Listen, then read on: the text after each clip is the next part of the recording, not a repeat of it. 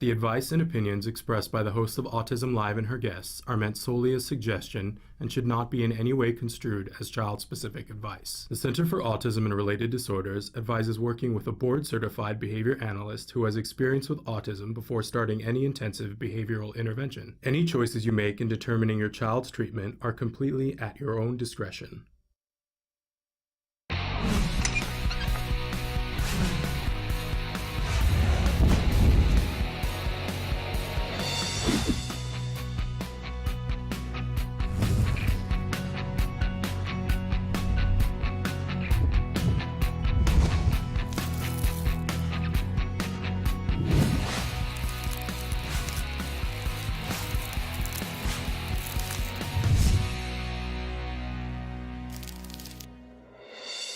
Good morning and welcome to Autism Live. I'm Shannon Penrod and we're coming to you live from the Warner Center in Woodland Hills, California.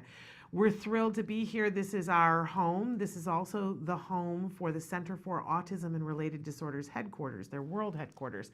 And that's a very exciting thing.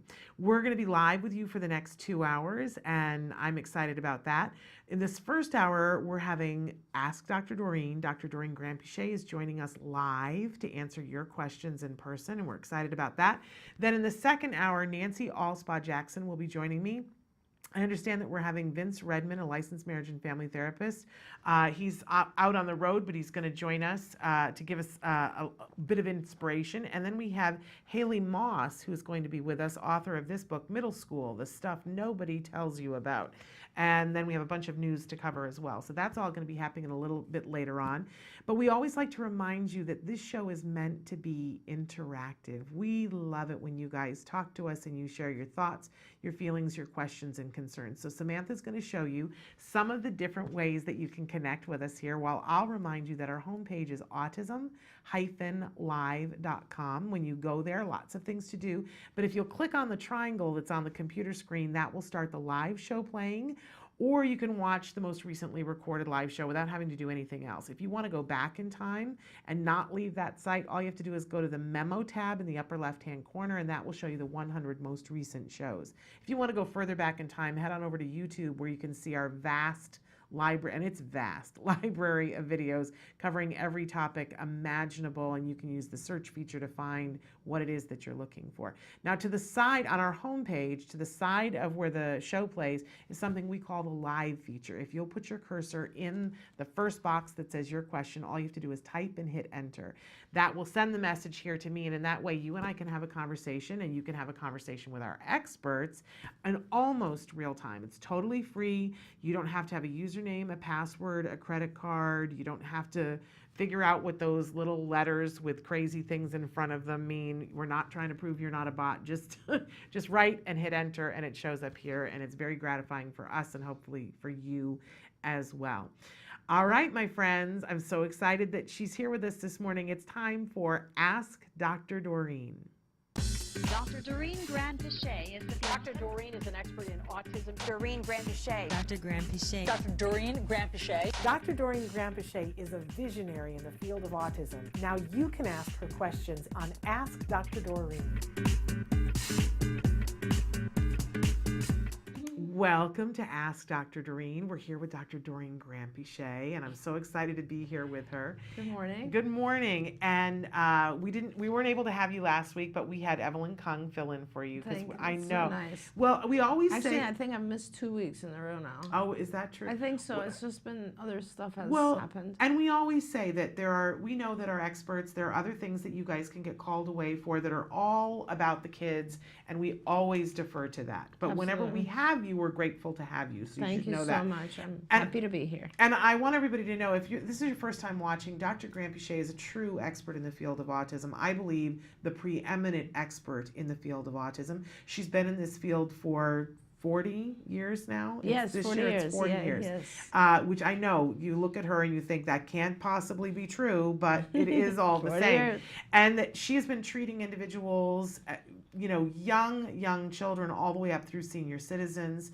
She has really helped to shape and define what needs to happen as we move forward, as insurances come online.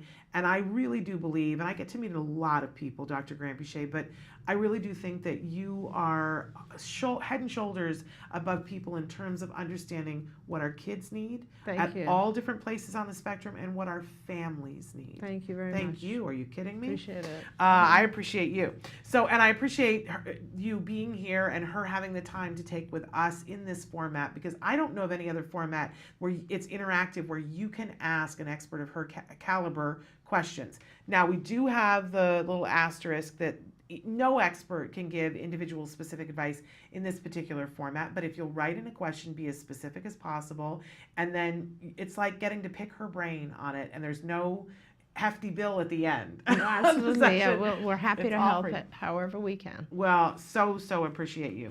So I want to start with a question that came in. I have a 6-year-old that does well academically, but not socially. Mm-hmm. His biggest challenges are staying calm when teased, making compromises, and staying calm when disagreeing. I know he has a lot of other social skills that he doesn't know yet, but hates any kind of therapy that addresses these deficits. He likes to say, I know, but he totally doesn't, and then shuts down and doesn't listen. And thanks for your help. Right. So this is you know, I have lots of feelings about this one. This is a good thing, because it actually shows me immediately how high functioning this little person is. You know, usually it's harder for our very intelligent and high functioning kids to be patient and learn, because they really think they know. Yeah. And it's lovely. In some ways it's really great. In other words, it's hard because they are so intelligent that they have a hard time learning, right? So they don't want to receive, they basically think they know everything. So it's hard. I definitely don't think you, the parent, should be involved in trying to teach this too much. It's going to be more of a battle with the parent, because, you know, all children have a hard time learning from their parents. Is that true? Oh, it's gosh, not yeah. just me. No. I mean, honestly, I feel like the minute I go to tell my son something, he's like, yeah. like it's nails in his head. Right, but that's because the parent, especially mom in most cases, but the parent has been for the lifetime of the child associated with several other things that are contrary to learning. So the parent, for instance, has been classically conditioned, associated with things such as comfort, reduction of pain, food, you know, love, all the things that have to do with a message of you are good, I'm going to love you, you are great, here I will take care of you, I will protect you, all that. And then when you try to teach someone, what they can interpret is you're not good enough.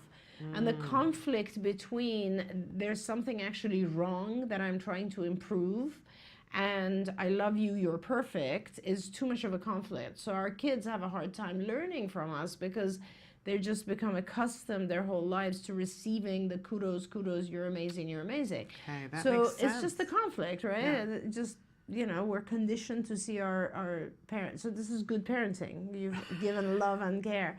Now it's hard for our kids, and they're young, to try to receive any kind of information about how to get better, because the way they hear it and see it is you're not good enough, which is why you need to get better. Oh, okay. So, and the same thing here. So, first of all, I think it's easier if someone else does the therapy for this individual, for this child. And really, it's not an easy thing to tackle, because it's not about just having the child calm down and listen to one particular scenario. I think what you need for this little 6-year-old is essentially a whole series of things. So and to begin with, it has to be, this is someone who's somewhat in control, wants to be in control, and taking control away from our kids is sometimes extremely difficult. So what I'm saying is that this child needs to want to change this particular behavior. And in order to want to change this behavior, what they have to do is first themselves come to the conclusion that there's anything wrong with this behavior. So a lot of times, same thing for you, Shannon, is that if our kids realize why you want to change their behavior and they take ownership of it themselves, they often can change it fast. Okay. So the best thing is to actually give them a visual. Let's say videotape a scenario where the child does something and others walk away. In this case, let's say making compromises, staying calm when disagreed with. So if you could perhaps videotape a scenario where you disagree with a child, or you have another child come in and disagree with a child, and then you show the videotape. You just play the videotape and ask your child, what do you think about this? Don't try to point out things, just say, what do you think happened here? And if someone else can perhaps say, why do you think they walked away? Or why do you think they didn't want to play anymore? And that's it. Just leave it at that. Let the child process it without embarrassing them, without, pointing out that there was something wrong. Because our children are smart enough and they can figure out, and I don't know the functioning level of this child, but to me it appears like they would probably recognize that other kids didn't want to hang out. Or when they tease him, videotape a scenario, a mock situation where you've set it up, so that the child themselves can actually see and maybe ask you questions about what happened, and then let them figure it out. Once they know that is a problem, I promise you, most of our kids actually want to socialize. They just don't realize what are the things that are making them appear odd, or making giving other kids an opportunity to tease, or making other kids walk away and not want to play. First, work on having the child recognize those behaviors, and then it's much easier to talk about how to change the behavior when the child themselves has recognized it and wants to change it. It's amazing. Just as you were talking about that, it totally took me back when Jem was in kindergarten. There was something a behavior that he did that we called it crashing. He would crash into people. He would come over and just sort of throw himself on top of them. And the other kids were not having it, not having it at all. And we did lots of different things, but it was when our supervisor said, you need to show him videotape of another kid doing this. And it just so happened that right about that time, HBO had the series Peter, Peter, there's two of them. Peter Goes to School, I think it is, and it's a little boy who has a developmental delay, not specified as, what, but they followed him around in kindergarten for a year, and they got all the families to agree, and it's so educational. I really recommend it. And then they went back, I think, when he graduated and filmed with him again, the year that he was graduating high school. But we sat down and watched with Jem, and there was an episode that they did where Peter was crashing into all the other kids, and then they would cut to the kids saying, I don't want to be his friend when he does that to me. There you go. And Jem looked at that, and he was like, oh, and that was the end of the crashing. That's it, yeah. That was the end of the crashing. Honestly, a lot of times our kids they don't realize what it is from someone else's perspective. It's the same with us, if you think about it, honestly. Like anything, whether it's like a small behavior, like people have a habit of like doing something with their hair, or a tick, or some rude words we use, or whatever. When you see yourself, you automatically start to like critique it yourself. Yeah. And sometimes for our kids, that's all it takes. Amazing advice. All right, so check that out, try that, and then write back to us and let us know. We love it when you guys follow up. We're going to take a short break, and then we're going to be back with more of your questions after these messages. Stick with us.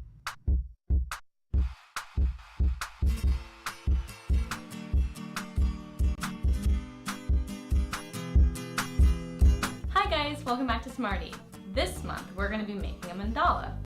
Mandala, you ask? What's that? Well, in Sanskrit, that means circle, and you'll see what I mean in just a moment. Okay, the materials you'll be needing for this project are colored paper, scissors, and glue.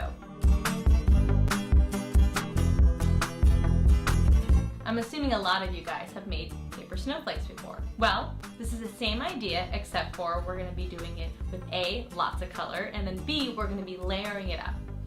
So, first step we're going to have to do is fold a piece of paper, so when we cut it out, there's going to be a repeating pattern on it. So what you're going to do is fold it in half, and then you're going to fold it in half again. Make sure your lines are super creased, okay?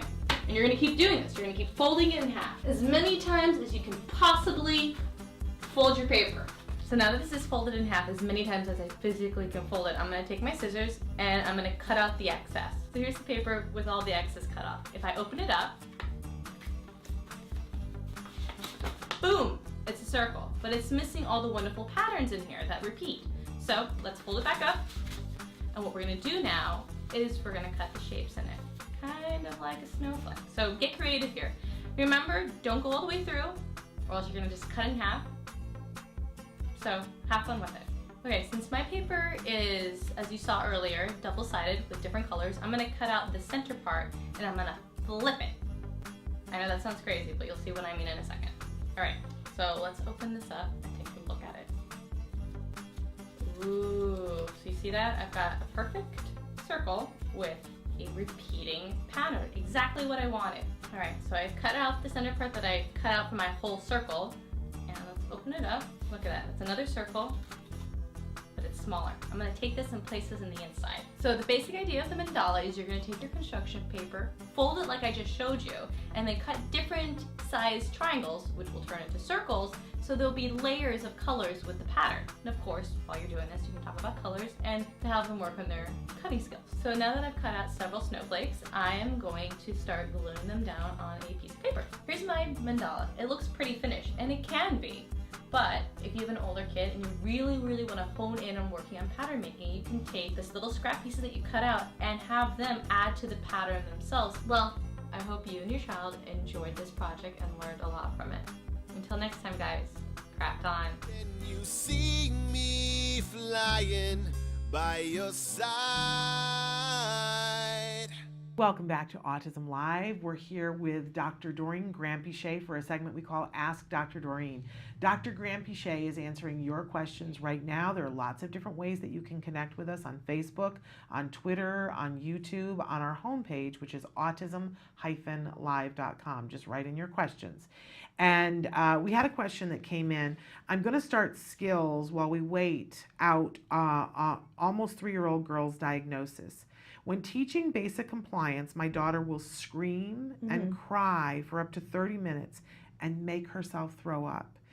The throwing up has been off and on for about a year, but it's only to get out of something we ask her to do or to get our attention. She wants to learn, I can tell, but I think there is something going on with her tongue or throat. She has a really big tongue, and I think it impacts her speech. She also has oral motor issues and used to swallow foods whole. She is always restless and constantly runs back and forth. I'm not sure if it's autism or ADHD and SPD because she has great eye contact and her pretend play skills are great. As of now, the only thing she has been diagnosed with is expressive speech delay. Her receptive is age appropriate. I ask her to do something and she does it, but is screaming and crying while she does it, signs or talks. So do I still reward her afterward? And please help. Oh, yikes. Everybody take a breath, right? Yeah, there's a lot of stuff There's here. a lot of stuff there. So can I use your pen for a so second? can have my Thank pen. you, because I would just want to segment it a little bit Yes, here. absolutely. So first of all, I don't know where you are. I think you need some professional help. I don't know if you have access to professional help, but it would be really wonderful if you could get a BCBA to assist you a little bit. So that BCBA is a board certified behavior analyst. There's too many issues here, and I think it would be important. So your child is 3. It sounds like you're a little bit familiar with the field because you basically said that she's doing it to get out of something you ask her to do or to get attention. So that means you've already kind of been trained and you have identified that the function of her behavior is either escape or attention. So she's trying to escape a demand or she's doing it to gain attention. Now, of course, it's really important to identify which one or both, right? Because they each have different ways to handle. For instance, if she's trying to escape something and she makes herself throw up, by the way, you also need to separate the behaviors. So we're talking screaming, crying, and then making herself throw up. Let's assume the screaming and crying is part of one behavior, is part of one topography, and the function of it is to get out of something. The way you handle that is going to be kind of different than how you handle, let's say, throwing up to get attention. So you, first of all, let's separate everything out, right? So separate for sure a tantrum and throwing up, and then identify which one of the functions hits which one. And you probably would need some help with that, right? That's not It's a little something hard. that a typical parent could really identify well while you're dealing with the tantrum, right? Absolutely. I mean, it's difficult because when you have kids who are doing a behavior and there's multi-functions and there's different topographies of the behavior, it is pretty hard. It would be good to get a specialist, a BCBA in there who can help you with that. And so once that has been done, once you identify, for example, let's say she's tantruming for a long time and her whole purpose is to get out of something, you have to make sure that she learns that her behavior is not working. So in other words, it's not a good form of communication to tantrum in order to get out. How do you do that? You don't let her get out. So you continue the task. Even though she's tantruming and so on, you can make the task easier, but you continue the task. And essentially, she will learn that, oh, no matter how much I scream or cry, 30 minutes, 40 minutes, an hour, it doesn't matter. They're just going to continue the task. So this is not an effective thing for me. Instead, maybe what works for me is to actually ask to have a break or to touch an icon. I don't know her functioning level that says break, you know, an icon or a picture that says time off. And so she can actually do that instead, and when she does that, you can physically model for her to do that, and then you give her a break. Like, that's very easy to do. But I mean, I don't want to go too much into telling you how to handle this until someone has helped you identify the function. The function of behavior alters the treatments. Like, you know, so every different function. Attention-seeking behavior, for instance, you would not pay attention. But this is what I'm saying. So I kind of need to figure out exactly what it is. And when you say throw up, it also is important for someone to really help identify. Is she actually throwing up food? Is she ruminating? It's in her mouth. Like, what is the actual behavior that's occurring? So you sort of need help with that. Now, the more important thing here that's concerning is that you think that the size of her tongue is causing some of these issues. You think that there's something going on physically with her tongue or throat, and it is maybe causing her to have speech issues. Maybe it is affecting her rumination behavior, her vomiting behavior. Maybe it's somehow influencing the fact that she was swallowing foods. I don't know, but it definitely sounds like there's some oral motor issues going on here. And a good BCBA can help you identify what is going on. A speech therapist can help you identify what's going on. There might be some issues with just that you would need to be able to do oral motor things to fix it. For example, oral motor activities, massages inside the mouth. She might need exercise chewing. She might have such severe apraxia that her tongue is not too big. It just doesn't move around enough so that she's biting on it. She's maybe not able to move it in. Just think of when you say anything, like say a sentence, and pay attention to the different ways your tongue moves when you say a sentence. It's unbelievable the number of different positions our tongue has to take in order for us to produce sound, right? Language. Yeah. So that could be it. Apraxia is just like sort of muscle tone is low in the tongue, and so she can't move it around fast enough. And so she really needs to practice movements of the tongue, and there are very specific exercises for that. So it would be very important. Again, I want to take this whole, if she has apraxia and it is very frustrating for her because she can't communicate, it would make sense that she would have a tantrum, or maybe she would even force herself to throw up because she's frustrated because she can't get her tongue to produce these sounds, which makes sense because you said she's pretty strong receptively, she just can't express it. So let's please either fix the apraxia if she has it. Let's get her a lot, like 20, 30 hours of exercise with that tongue movement so she can actually start to speak. Or let's teach her a different way of communicating, which could be iconic or a sign language, something that doesn't involve her tongue. Let's reduce the source of frustration. Let's give her a way to communicate. That is where I would go. And you certainly need to identify the diagnosis. Like there's a big difference. I mean, expressive speech delay, if that's all it is, then she's definitely frustrated at this point and she's doing these other behaviors. Sensory processing disorder, I don't know. I'm not getting a sense of that right now, but certainly you need to identify if it's ADHD or autism or both. And let me tell you, they're very different from each other. Like individuals with ADHD have issues with distractibility and attention and hyperactivity.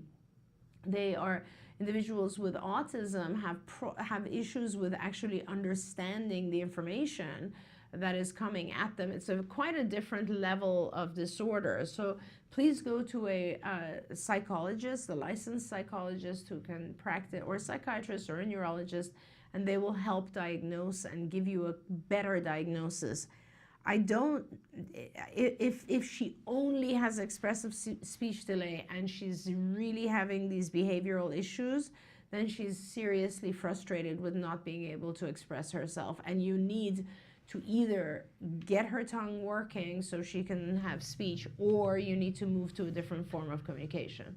Thank you so much. We're getting a lot of questions from Great. parents in the last couple of weeks about apraxia and about ways that they can get help with apraxia. I'm really concerned that we obviously this parent took her child to be diagnosed by somebody at some point, and they said expressive speech delay. And that gets you absolutely no funding for anything. Yeah, and expressive speech delay, by the way, is not even an official diagnosis. So I don't know who diagnosed. It might have been a speech pathologist. Okay. And they're not supposed to be diagnosing mental disorders. So you need to go see a psychologist or a psychiatrist and get an accurate diagnosis. In fact, I think you should probably go someplace that's a center, like a university setting, where they can actually do a bunch of testing and determine exactly what's going on. Now, to go back to the issue of apraxia. Yes. There are a lot of things that you can do that apraxia just basically has to do with anything that is going to exercise the tongue and help you exert air.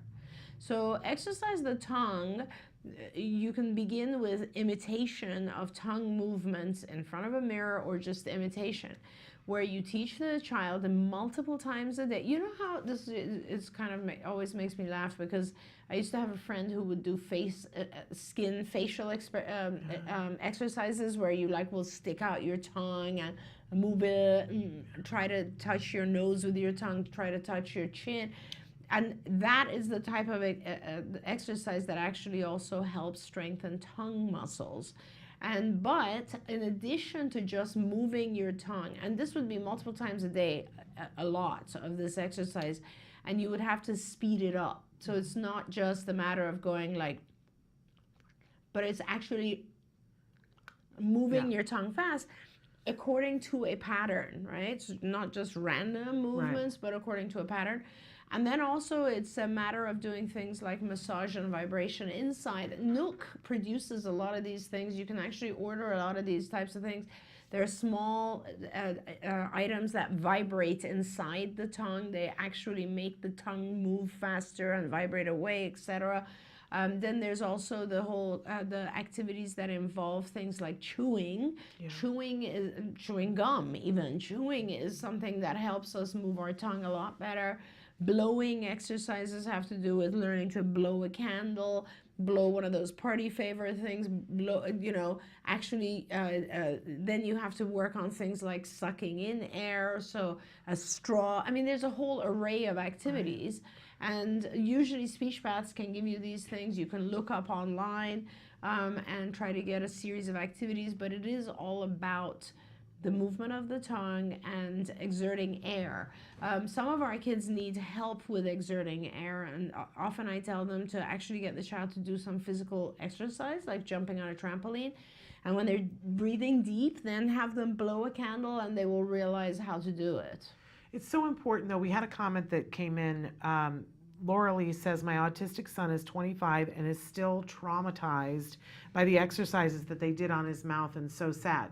It's so important that you're working with somebody who understands reinforcement, and that the activities have to be fun. And this is for everyone. This is not just for people on the autism spectrum, but have you noticed in hospitals now for the last, 20 years, it used to be that they would do their respirator treatments and they would just bring the little thing and people would have to breathe in and whatever. Yes, and now they yes. have the toy. Yes, yes. And they give it to absolutely everybody. They're like, oh, you have to make the ball get to this spot after surgery. Yeah. Why? Because people weren't doing it otherwise. Right, You put right. two little balls in a Right. tube and suddenly people are more likely to do it. Right, and by the way, you can order those online. Can you? Oh yeah, absolutely. I realize just that. ordered one for my father-in-law. It's actually a pretty cool device, Yeah. right? And it's like, there's these two things, and you have to.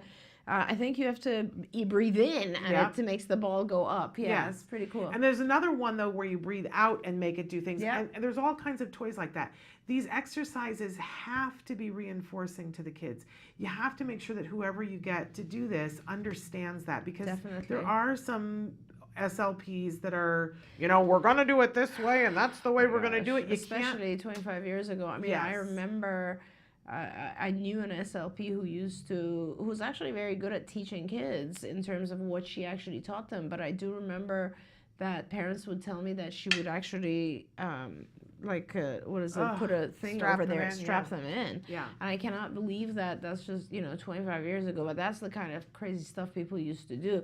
I am guessing that I'm really sad to hear that some kids 25 years ago went through bad experiences like that. That's just awful, and It is awful. It's awful, and there's enough reinforcers available to our kids that everything we do with them can be fun and can be broken into tiny little steps. There's no point in ever trying to force a child to do anything, especially when it comes to verbal. And it's a matter of the child doing the best they can themselves and then reinforcing small increments of that. I will tell you, when Jem was first started at school, there was about 5 years that he had a SLP who was wonderful. Mm-hmm. And she had invented over here, she was about to retire, but she had invented this whole book series about a character named Mortimer Mouth. Okay. And they would read the book, and then Mortimer Mouth would come into some sort of trouble where he would have to do something with his tongue, and then they would have to mimic what Mortimer. It was so cute, and it was so much fun. I keep telling her she needs to make it available to the public now that she's retired. She needs to publish. But there are so many things when you think about. I mean, our kids have issues with different textures and things too, and different temperatures. Oh yeah. But there's always something that you can do with a child. Whether it's licking an ice cream cone to get them, to use their tongue. I mean, there are things to do. There's a whole array of things. Yes, it needs to be fun. That's the bottom line. Okay. Ashley has written in and says on Facebook, my 4-year-old ASD kiddo is high functioning. His hyperness has not come down. He answers to my question, but it needs a lot of pushing, and I have to keep a lot of patience with his running here and there. So my child has been getting ABA from the last year, and he's come a long way, but his hyperness and control over his body is quite hard for him. Also, he thinks out loud. As in do everything while he's talking about it, almost like he's doing commentary on it. Narration. Yeah. There are a lot of our kids that would be brilliant YouTube demonstrators because they demonstrate as they go, and it's like a teaching lesson. Yes, it is. Very interesting. So I sometimes I want to jump in and help and give you some ideas, but I think that it's important. I'm a very strong believer in terms of getting the basics in place so that our kids can learn faster overall. And I think one of the things that you should really consider is if hyperactivity is his biggest issue, then please do see a specialist and do consider hyperactivity medication. I am not a big fan of the hyperactivity medications, although I have to say they've improved massively over the past 20 years. But I have seen them have incredible results. And it's a matter of, it's just a help. It's not necessarily the solution, but it is part of the solution in some cases, because it really helps the child slow down enough where you're teaching them everything and it helps them process better.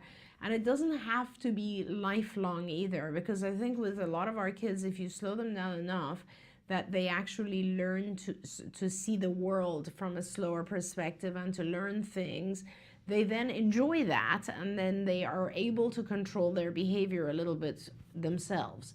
So my recommendation when I have kids where their primary problem, their primary issue is running around and being extremely hyper, is to actually consider medication that would help reduce hyperactivity. Alternatively, behaviorally, there are a ton of different things we do to slow the kids down, to help. It's just, if you think about it, all you're doing is it'll slow you down a little bit in your acquisition, in the child's acquisition, because you'll do smaller chunks of things. And what you're doing throughout is you're shaping a behavior. So let's say the child runs off, you get a baseline of how long can they survive before they run off. Is it 5 seconds? Okay, and now your job is to take that 5 seconds and build it to a minute or 2 minutes, which is a reasonable amount of time to pay attention. And that takes a little time, but all you do is you just set a timer, you sit at a task for 5 seconds and then 10 seconds, and you reward that, and then 15 seconds, and you reward that continuously. And when the child's good at that, 20 seconds. When they're good at that, 30 seconds. And you very gradually increase the session time, and that will help the child slow down. Now, when you do that with kids who are hyperactive, you'll notice that there's also, when they're very fast, they learn to process the world and all the things that come to them fast. So after you slow them down, their attention becomes a little bit more evident. Their problems with attention become more evident, because now when you're hyper, you're running and like if you just try this, you're moving through the universe very fast. And so the things that you receive are completely different than when you're sitting in one place. Now, when you teach a child behaviorally to slow down, they're just not used to that. They're not used to receiving information much slower, right? When you're in one place, you're solitary. What's around you is the same thing. So you then have to learn to pay attention to more of the stuff that is not moving. Right. Because when you're moving, all you pay attention to is stuff that's moving around you really fast, right? And you get less. When you're sitting and when you're not moving, you receive information that's the same information. But it takes a while for your mind to adjust to that. It takes a while for you to adjust to that. So just be ready for that if you're just doing kind of a behavioral treatment for this. Having said that, I think your best course of action, again, is to get a professional, a behavior analyst, who can focus just on reducing the activity level of the child. Because once you've reduced the activity level of the child, it really does help the kids pay attention, learn better, and so on. Now, narrating things, like repeating things continuously, there's a lot of things you can do about that. But I, A, don't know enough about your child, and B, I would need to know what prerequisite skills the child has so that I could guide you correctly with that. So again, I think there's two things you could do right now. One is get a behavior analyst who could just help you focus on shaping down the activity level. And two is perhaps go on skills. When you go on skills, our curriculum area, there are lessons that talk about kids who narrate. We call it narrating. And that's just repeating stuff. I don't know if the child is repeating stuff that's out of context. Is it stuff that he or she is hearing from TV or cartoons? Most of the time, our kids repeat stuff out of what they see on TV. Is he narrating himself in third party? I don't know enough about what's going on. So perhaps you could tell us more, or I think if you get a BCBA in place, that'll be very helpful. Okay. Can we talk for just a second about Of course. diet? Oh, of course. Having Diet, to do of course. with ADHD. Hyperactivity, yes.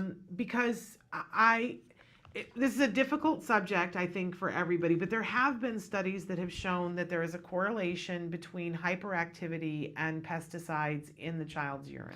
Oh, pesticides, sugar, Yes. and food coloring. Exactly. So all three of those, definitely there are studies on this. You're absolutely right, Shannon. And if your child is receiving a high level of any of those things, which obviously we all are receiving high levels of pesticides, a very important step before looking at medication is to alter the diet. Absolutely right. And if you doubt this at all, because I know there's a lot of doubting Thomases out there, but I used to, when I would take my son to a typical birthday party, right? And especially around Halloween, when they frost the cake and there's like a black cat. Oh, yes. I remember there was one birthday party, it was a black cat with a rainbow tail, right? Yeah. So there was every single color you could imagine.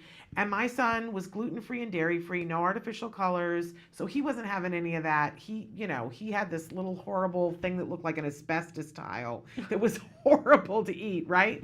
And everybody was like, this poor kid, and I felt bad for him too. And then I watched every single kid eat it was a cake that broke out into cupcakes. And then they were all taking pictures with their blue and their purple and their black tongues. And it was so cute. And my son just was feeling so left out. And then 20 minutes later, it was mayhem at this party. Yeah. There were kids screaming and crying and throwing things. And parents were like, I don't know what just happened. And it was crazy. Yeah. I watched those kids basically be drugged. Yeah. And then everyone acted like, I don't know what happened. Right. Nobody else was connecting it with the fact that 15 minutes ago they world that would not be good for a little body. It's so interesting what you're saying, Shannon, because we don't see how food influences us. We just don't pay attention. Well, we don't want to. I don't want to. We're conditioned not to. We've grown up in a way not to. Like, we eat what we buy in the supermarket, and we think that's not gonna hurt me. How is that the same as a poison? Right. And it actually is, you know, and that's the thing that's so important. It's like, you actually, if you pay attention, you will identify the things that are affecting your child. I've had so many parents over the years tell me when I've told them, why don't you try eliminating this or that? And they come back and they're like, oh my God. It's crazy. Yeah. I have one friend with neurotypical kids, but one of her sons, the Red Lake Red Lake number whatever, he got to a point where he would say, does it have it in it? I don't want that because I don't like the way I feel. Yeah. And if our kids had the ability to say that, maybe they would as well. So something to try. To see what it's like. It'll be rough in the beginning because it's hard to take away all those things, but I'll tell you what, there's lots of substitutes. Honestly. Lots and lots of substitutes. Well, nowadays it's so much easier. Yeah, it is. Absolutely. It is much easier. But if you're at a 7-Eleven, you know, the array is not there. You have to go to a different store. But it makes it tough. Okay, I wanted to take a break, and then we're going to come back with questions about diagnosis that are coming in on Facebook. Stick with us.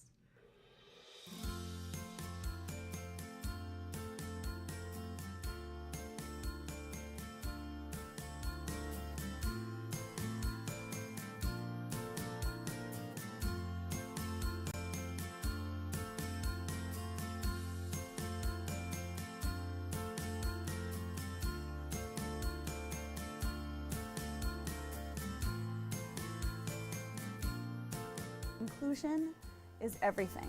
Feeling like we have a place where we belong. And when I say we, I'm first and foremost a mother of a child on the spectrum and not, and gym owner and now founder of carrying this to families who need it as well. My son is extremely hyperactive. Getting him to calm down is a very difficult task. So the idea of Rock the Spectrum Gym, where he could just go and run and play and do all these fun things without any kind of worries and just go, go, go and bring down that energy, it helps us so much at home. You know, in the home or at school, it's not acceptable, but this is the one place it is acceptable for the child to kind of be themselves and get it all out there and just really just be themselves. It's an amazing place where my son could go and be himself. You get to meet other parents who are in the same journey as you are. I think the most popular aspect of it is how they include all children of all types, not just only learning disabled, lower functioning, moderate functioning, high functioning, and non-disabled.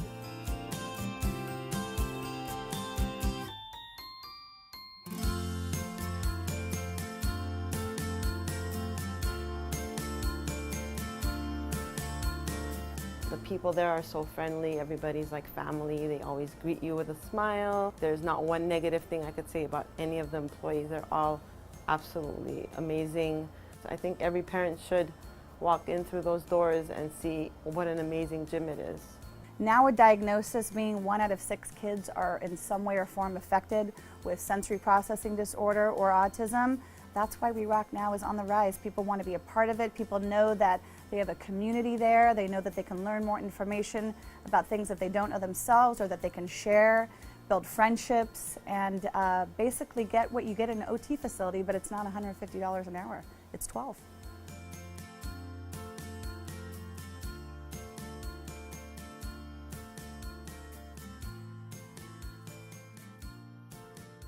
Welcome back.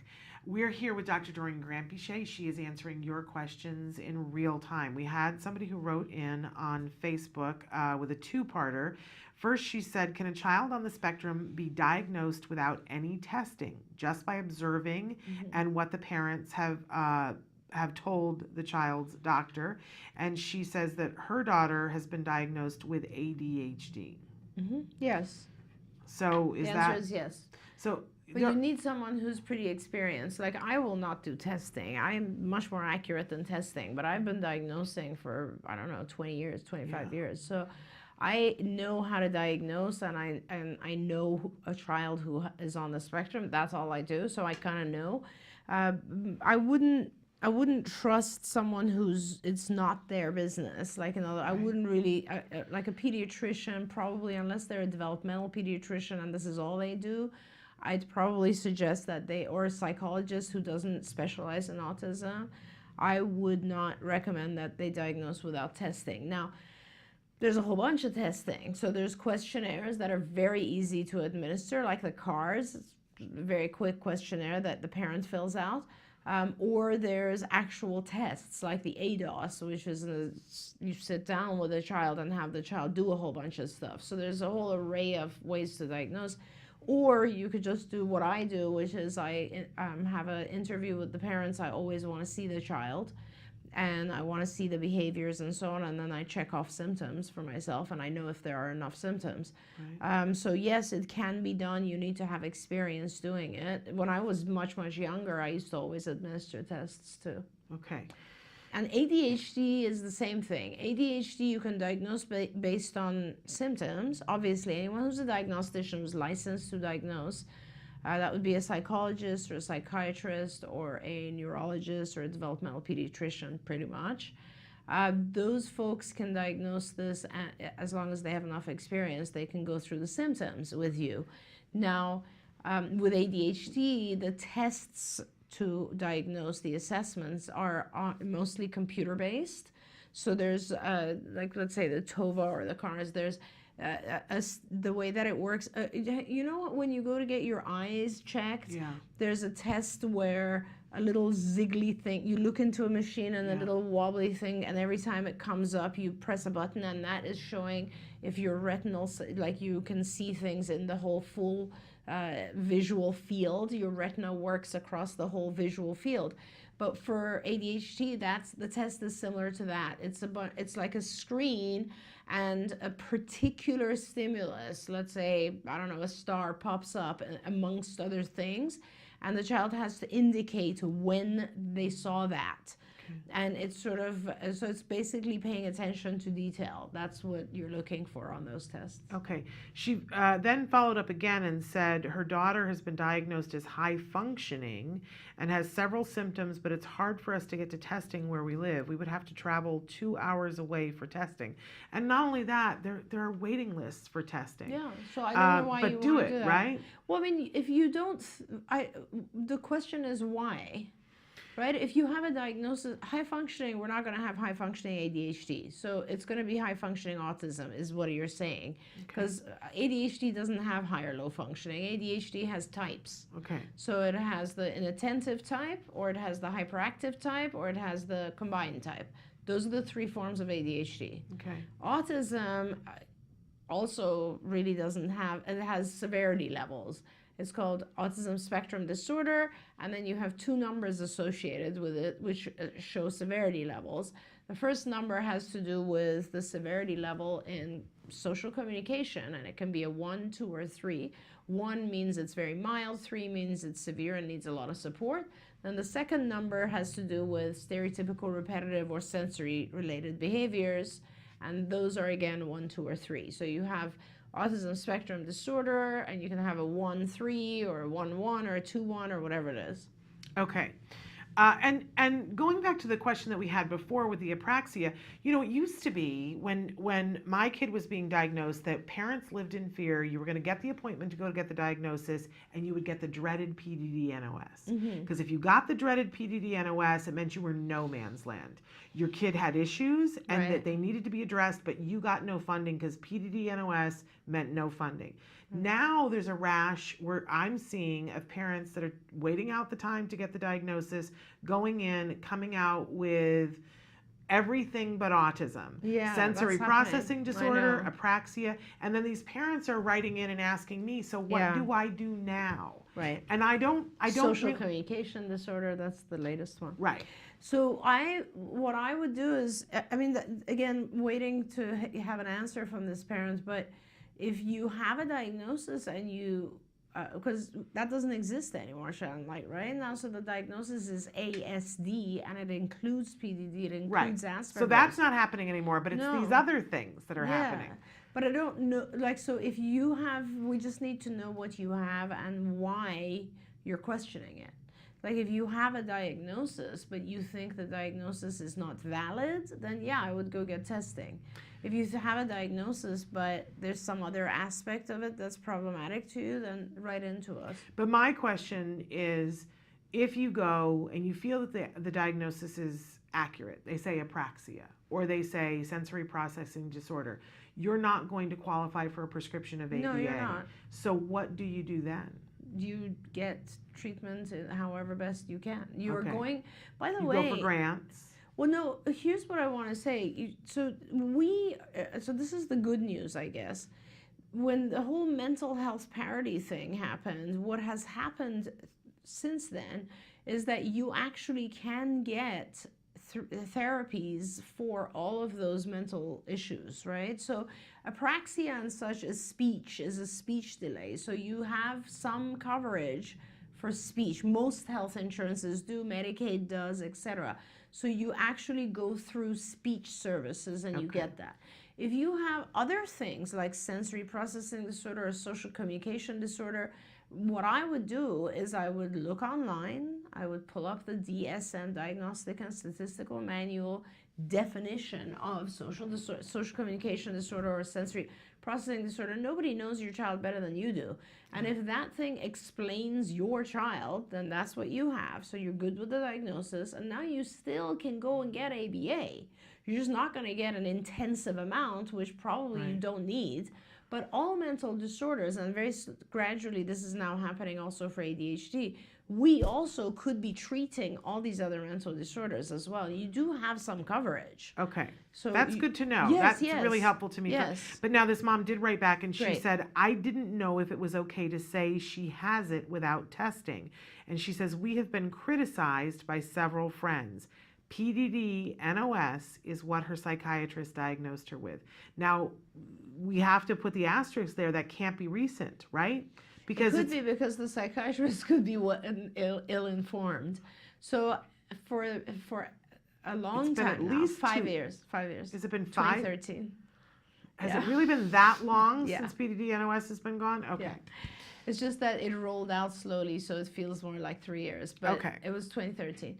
So essentially, the PDD-NOS diagnosis, unless it's really old, isn't valid anymore. In fact, it just isn't valid anymore because it's been long enough that the new diagnostic criteria have been out, the DSM-5, that it doesn't work anymore. You need to get a new diagnosis.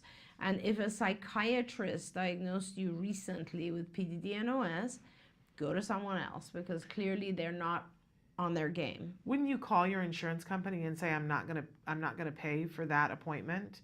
That like this person, you know, okay. Absolutely. Hopefully that helps, Michelle. Because that's so Michelle, so basically what I'm saying is go to someone else. You do not have to get tested. A good someone who can diagnose. 1 year ago. One year ago, They she made a says. big mistake. So that's a big mistake. PDD-NOS doesn't exist anymore. It hasn't existed since the Diagnostic Manual 5 has been out, which is a long time now.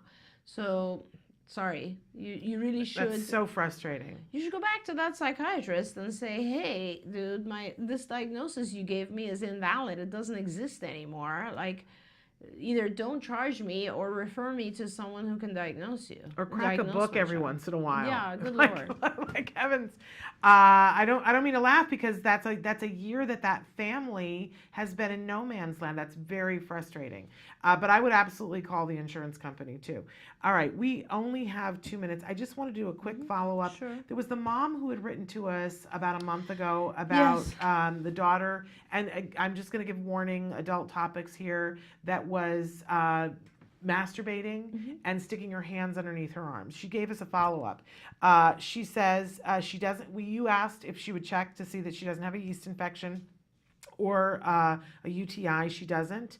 But she said, we wanted to let you know, we noticed ever since we started blocking her access for her to be able to get down in that area is when the increase in putting her hands under her armpits really started. She has almost stopped with the masturbation unless we are changing her clothes or diaper to where she has free access to do it. So we think the armpits is a replacement for the other behavior, which is good and bad. She has now begun to pull her neckline down on her long sleeve shirts to get access to her armpits. When we do give her a favorite item, she will only hold it a little and throw it down to go right back to her hands and her armpits. Okay, so there's some other function that's going on here, and I don't know, I'm assuming, because you said the neckline down, I'm assuming that she goes like this as opposed to like this. Like, I'm trying to figure out exactly what the function is. And if she does this and it isn't, so the other behavior is out of the picture now, so we're focused on this. The real question is, what is she gaining by doing this? So I don't know exactly what she's gaining. It could be that she just needs a tight spot for her hands. I would try other things, for instance, teaching her to put her hands in her pocket. Perhaps put an object that she likes to play with, like one of those squoosh ball things, in her pockets. She can only have it if she puts her hands in the pockets and she can play with them. That's one way to try it. I don't know if she's like doing this and then like smelling her hands. Maybe that's what it is. You have to identify exactly what the function is of putting her, maybe she needs the sensory, the contact. Is she like tickling herself? Because that would be closest to masturbation. Like, is she getting a sensory input from it?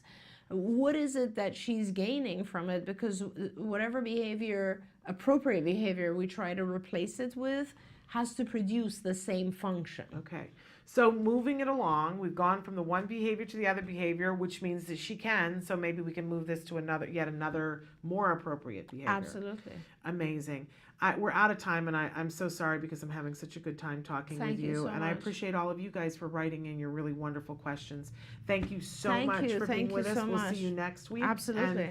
And we're going to take a break now and be back. We'll be back in just a few minutes with Let's Talk Autism with Shannon and Nancy. We're going to be joined almost immediately by Vince Redmond, who's a licensed marriage and family therapist. And then a little bit later, Haley Moss from Middle School, The Stuff Nobody Tells You About, will be joining us. So stick with us. We've got in the news too. Bye-bye.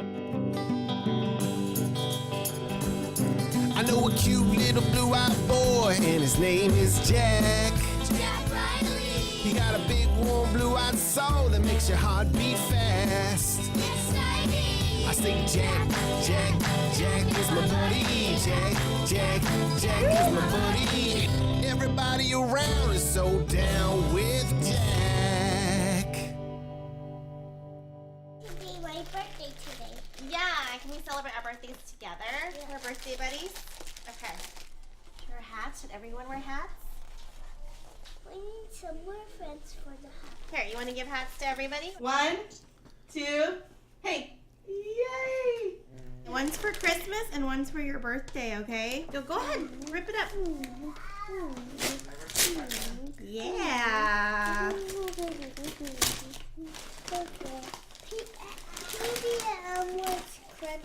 You know who it is? Raspberries. What do you say to Miss Jessica? You have to look at her eyes too. Happy birthday, Jessica. Thank What do you. you- But what else do you say? Do you like your gift? Yeah. I'm over here. Do you like your gift? Yeah. Then So what do look at you say? So what do you say when you like something that somebody gave you? Hey, I'm over here. Do you say you're welcome or do you say please? Please. What else do you say? Can I have cake, please? Say thank you. Say thank you. Thank you. You're welcome. I'm going to take off my hat, so it's not my birthday yet. Your birthday is tomorrow. You are right. It is not your birthday yet. Let's making Check out yours. He's like, it's not my birthday. They are making raspberries. You're so smart. I'm smart. I'm Making raspberries. This isn't the first time Jack Riley's mentioned making raspberries to himself today. He scripted this phrase while he was opening his presents just a few moments ago. Let's watch that again. Raspberries. Making raspberries. Raspberries. Like making raspberries. They are making raspberries. Like making raspberries. What are you talking about? Raspberries. I don't see any raspberries. I see cars. I see a car. I see a truck. Jessica redirects Jack Riley to talk about what's present instead of non-functional language. This stereotypical behavior is a common one for kids on the spectrum. Not all kids, though, do it for the same reason. But typically, echolalia is intrinsically reinforcing. It comforts and helps regulate the self because it's a form of self-stimulatory behavior, like hand flapping or body rocking. Hey, no, Jack Riley. Hey. Stop. What's wrong? Do you need pillow squishes? Yeah. Is that what you need? Okay, come on. Let's go do pillow squishes. You just needed some tickles. Jack Riley has been doing quite a bit of self-stimulatory behavior. He needs some sensory input, so Jessica gives him some tickles and pillow squishes, so he has some socially appropriate alternatives from getting the sensory input that he needs. What Jessica and his therapist need to do is anticipate when he's going to do this and try to redirect it before it even happens. You was silly. Let's do this again. Okay, good talking. Okay.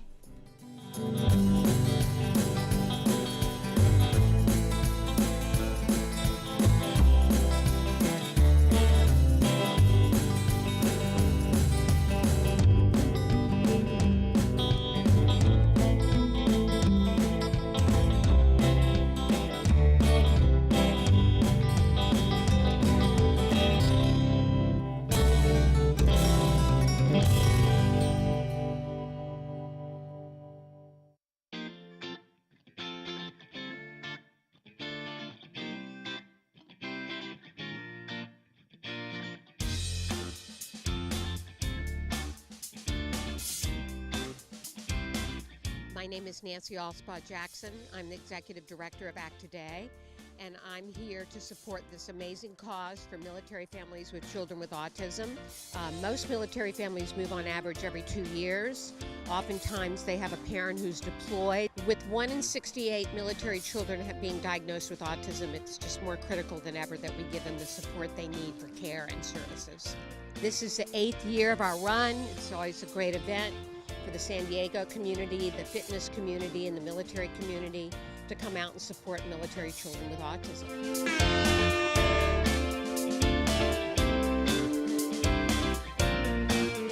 It's so nice to see so many people out here this morning, not only providing their support morally and emotionally for these families, but financially. And so they're raising a lot of money, tens of thousands of dollars. It all goes to treatment and some of the things that these families may not otherwise be able to afford, and so we're just proud to be a part of it. There's a children's race as well, and it's all kinds of fun too that's mixed up in it all.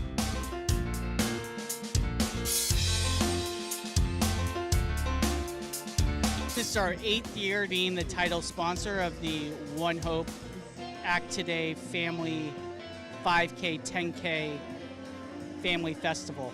And we believe doing good is doing good business. The main thing that we're out here today is because of our Cabernet supports Act Today.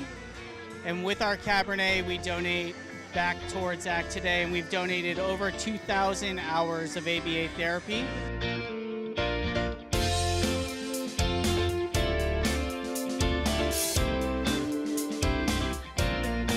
Me and Gunny Gitmo came all the way out here from Palm Springs to support this because we do have a son that has autism. And so we come out here to do the support for it all the time. We do a lot of fundraisers out in Palm Springs also. We had a huge Stroller Warriors group out here. I run with Stroller Warriors Miramar. We had a bunch of ladies run their first ever 10K today. It was amazing. I have a personal connection to autism. My son Ethan has autism. I'm in the Navy, and I ran the inaugural Act Today 5K back in 2011, I think it was. And so every time I come back to San Diego, I try and make it around this time so I can come run this race. I'm a 14-year military spouse who has been through 4 deployments with my husband. He's running today right now, so I'm just very happy to be here. Anytime an organization is out here helping military families, I'm always here to support because they're here to help families like me.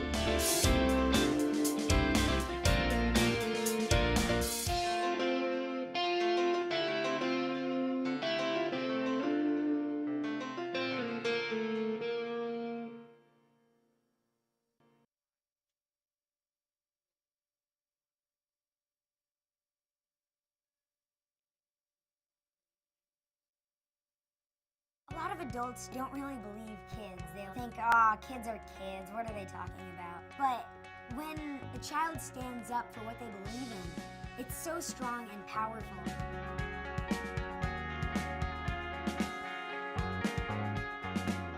I first got involved with autism advocacy 4 years ago when my friend was diagnosed. When I found out about my friend's diagnosis, I didn't really understand what it meant.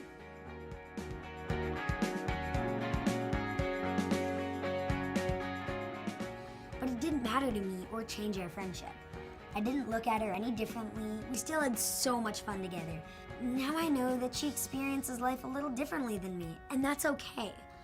Knowing what she goes through has helped me to understand and be more caring towards other people in similar situations. I got involved with ACT Today because I wanted to do whatever I could to help. They provide options like behavioral therapy, medical care, social skills programs, assistance to military families, and much more. Being there for my friend was my #1 priority. I've been volunteering and spreading the word about the cause via my social media platform because raising awareness is a crucial first step. There needs to be more kids and teens involved to make sure that our voices are heard just as loudly as the adults. You may be small like me, but your acts of kindness are not.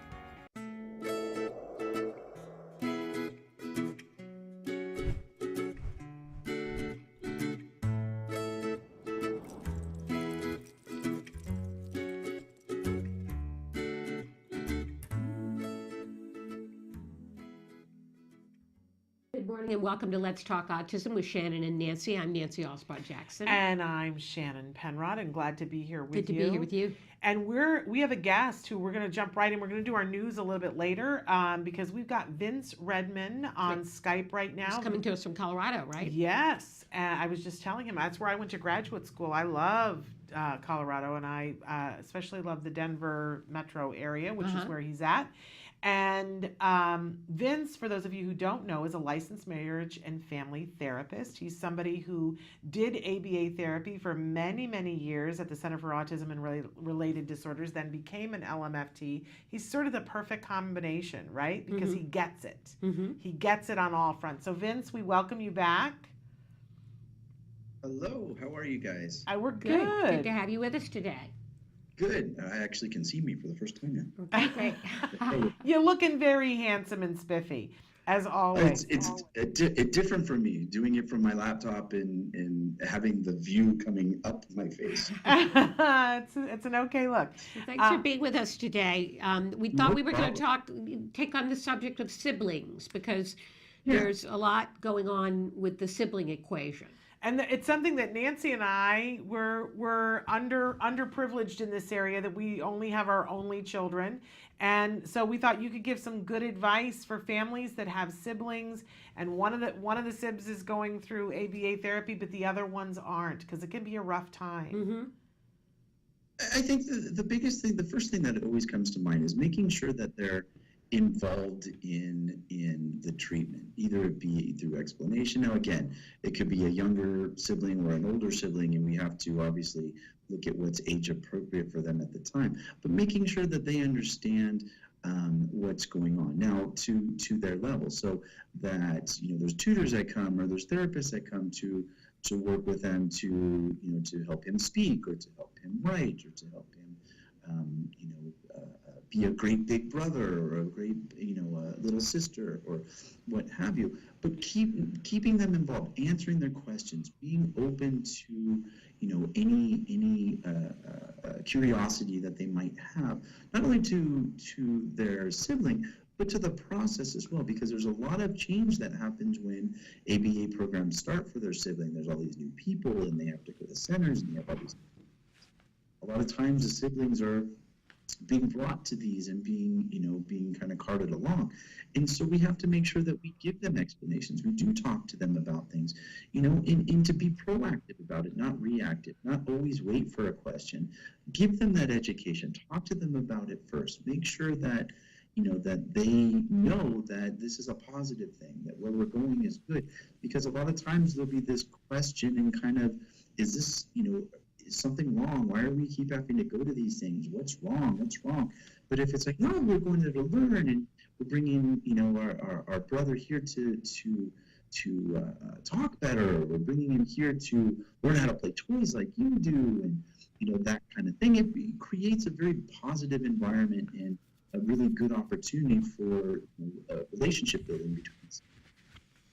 What about siblings that start to take on a feeling of responsibility for their sibling with autism? Is there a way that their parents can talk to them about that? Well, there's a couple different things, right? I mean, when you have a sibling that's taking on responsibility, my first thing is I think that's a good thing. Because then there's that bond, there's a closeness, there's a connectivity to their sibling, and they want to, protect them, or they want to, help them. And I think in any sibling relationship, especially from older to younger, that's a good thing to have. Now, the problem sometimes, and I think this is what you were alluding to, Nancy, as well, is there's an over responsibility where they're taking on the responsibility that like they have to teach them certain things, or that they have to protect them from everything, or that they are the ones that are responsible for the child's development and growth. So we have to make sure we talk to them about what are their responsibilities, what are the things that are good. Again, protecting them and wanting to do good. Have them give the information to an appropriate adult, or have them make sure that they do continue to interact with the sibling in those environments. There's a lot of responsibility that's displaced throughout the family, and siblings suffer. We want to make sure that they maintain the appropriate amount. Okay, we lost you for just a little second there, but I got the sense of it. You're back. So one of the things that I've noticed, Vince, is that the kiddos that grow up having been siblings of individuals on the spectrum tend to be some of the best well-rounded people I've ever met in my life. They're more patient. They're generous with their time and their spirit. They're really super kind and aware people. But when in talking to them, and I try to interview siblings whenever I can, they do say that they felt like they were less than, that everything was about the other child. And I've asked them from time to time, well, now these are adults, right? So what would you have done differently? And they don't really have an answer. I'm looking forward to some of them having kiddos themselves and being able to put it through a filter once they're a parent, because I think that helps. But what would you say to a parent worried that hearing that and thinking, okay, I don't want my kid to feel less than? In the first step is just what you were saying, is just awareness, right?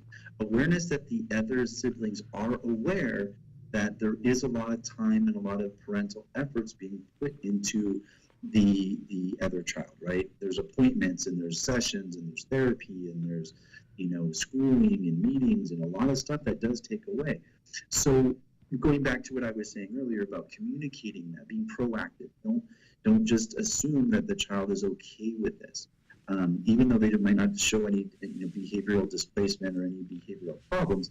You still want to ensure them that educate them on why we're going to these meetings, why the sibling has to go here, why does the family have to go there.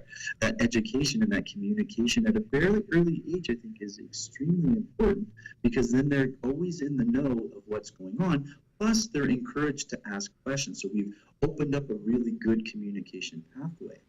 The other thing is then also dedicating time for that sibling as well, right? Making sure that they do get individual attention, that their individual achievements and desires and extracurricular activities are being addressed as well. Us parents can only go so many different ways, and we know that. But if we're communicating it and then actually still dedicating individual time for the siblings, I think we're doing everything the best that we can. Thank you. What do you think about with our kiddos on the spectrum? We're always looking for what are they specifically good at, and then trying to feed that. And I'm just thinking about, my sister had twin girls, and it was always so hard that what happened was our family sort of differentiated. Well, one of them was really into one thing and the other was really into something, and then we sort of doubled down on those differences and really tried to reinforce, one of them really and put that in that context. Is it important for us to find something that the non-ASD sib is good at and really reinforce that? I think that's a great idea. I mean, there's a lot of things that you're going to do as a family, a lot of things the kids are going to do together, but you do want to find the individual strengths, the individual preferences or things that they enjoy doing, and really highlight that. That is for Timmy, and this is what Timmy's good at, and we're going to go to Timmy's baseball games, and these are the things that he either excels at, or it could be something that he just shows great interest in, and we want to make sure that we reinforce that and we highlight that as something that is individual to him, and that's something that he gets a lot of attention, because that's where a lot of this is stemming from, is making sure that we're giving the positive attention that's going to make them, it's going to help them grow, but it's also going to encourage them to do things that they want to do independently. And kind of keep that sacred, right? The show Atypical on Netflix, which centers on a family where the son is on the spectrum, the sister, and such a great relationship on that show between the siblings. I think that's one of the best things about that show, is how it's written for the sibling. And there's a scene where she's the big track star, right? Mm-hmm. And everybody's there to watch her run, but something happens with the son, and suddenly mom and dad are underneath the bleachers talking with the son, and everybody misses the big moment when she wins the track meet, and she says, well, that's just typical. Mm-hmm. Isn't that just par for the course? So, not only finding the thing that they're really good at, but keeping that sacred. Hard.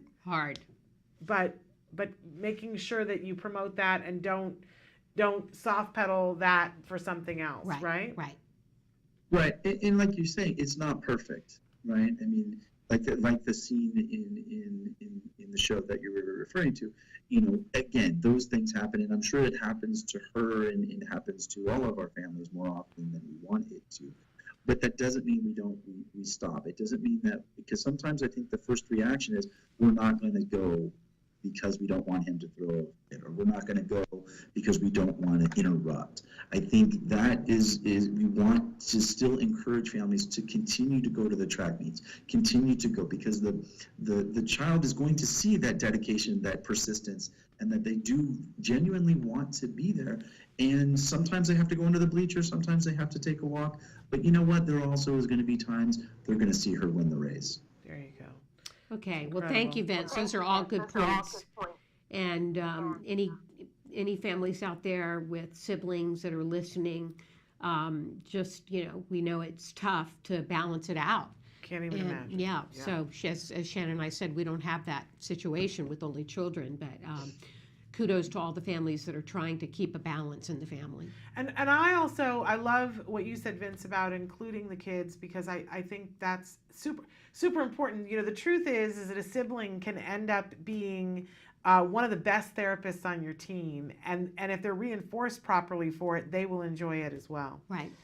Well, Vince, we hope you enjoy Denver and say hi to everybody there for us in that area. You're actually in Inglewood, correct? Yeah. Wonderful. Yep. Well, today I was in Fort Collins Monday, Aurora yesterday, Inglewood today. all right. Well, thanks for joining us. Thank you Taking so time much. from your No schedule. problem. All right. Take care. Okay. Bye-bye. Bye-bye. Anytime. Have a great rest of your week, ladies. Thank you. You too. All right, so we'll take a quick break. And then we'll come back and do with the some news. news stories. Yes, stick with us.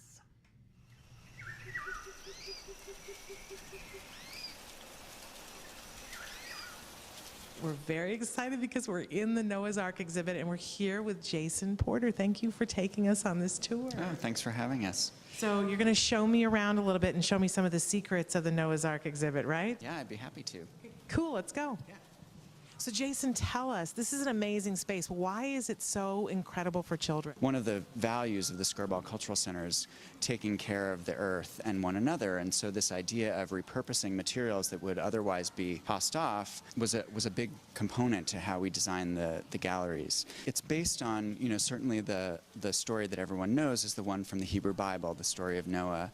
But in our research, we looked at over 200 flood stories from around the world, and many different cultures have flood stories that have similarities, and the similarities that we identified were these 3 chapters. The storm, some crazy challenge that comes to your life, an ark, a kind of means of survival, a way for a community to come together to survive, and finally the rainbow, which is this kind of symbol of hope, the second chance to make the world anew. Love it. All right, let's take a look through, and we're going to talk about some of the learning opportunities that are available here. We really wanted people to kind of discover what they were supposed to do. For example, this elephant has a gong in the center, and there's a little wheel here that you can turn and see what happens. But there's also some hidden things, like there's a little peephole in this polar bear, so it's kind of a moment where you could talk with your kids about what does it mean that that polar bear in there only has a small piece of ice to live on it, and you could talk about kind of the environmental issues that might be associated with it. All right, should we go downstairs? Yeah, let's check out the storm. So Jason, what do you call this room? This is called the Storm Gallery. In one side of the gallery, we have a storm wall, which is all sorts of sounds and sight effects to make the storm come to life. But we have this, what we call the load up. It's fairly intuitive. You put animals onto the conveyor belt and you turn the wheel and they get loaded up onto the ark. Except you can't do both at the same time by yourself. It's kind of layered in the doing, the learning that we're really interested in, which is about this notion of working together in order to accomplish something. So, when you first get on the ark, obviously you enter 2 by 2 as the story goes. And so the animals in this first section of the ark, they're not quite sure where they should be. They're a little bit nervous about who to hang out with. The gallery is really organized so that the animals are still in pairs. So we talk a lot about what are the elements of home that you need to survive. And it's really a nice kind of intro into the whole experience of being in a community, learning to be together with people who may or may not be the same as us. This gallery of Noah's Ark is unique, I think, in terms of the way that it was designed, that it offers a huge variety of experiences in a way that really accommodates people of all stripes and spots. So there are more quiet zones, like we just left in the move-in day, where you can come into this room where you have a lot of large motor things that are happening, including climbing, and we kind of have nicknamed this the arcade. It's kind of the chapter in the story where they're making new families and they're mixing with other animals that they've befriended. Oh, we have to talk about poop. We can't do a show without talking about poop. So, the other fact of life on an ark is that everybody poops. So the challenge is to, clean up. Okay, so we're in the last room, very cool room. What do we call this room? We call this the Rainbow Gallery. People really get that this is a place of hope. Sometimes there's an art-making project, that it ends in some sort of inspiration, that people feel like they're inspired to take action in the world and make it a better place. Thank you so much for showing us everything and telling us about all the wonderful things at the Skirball Center.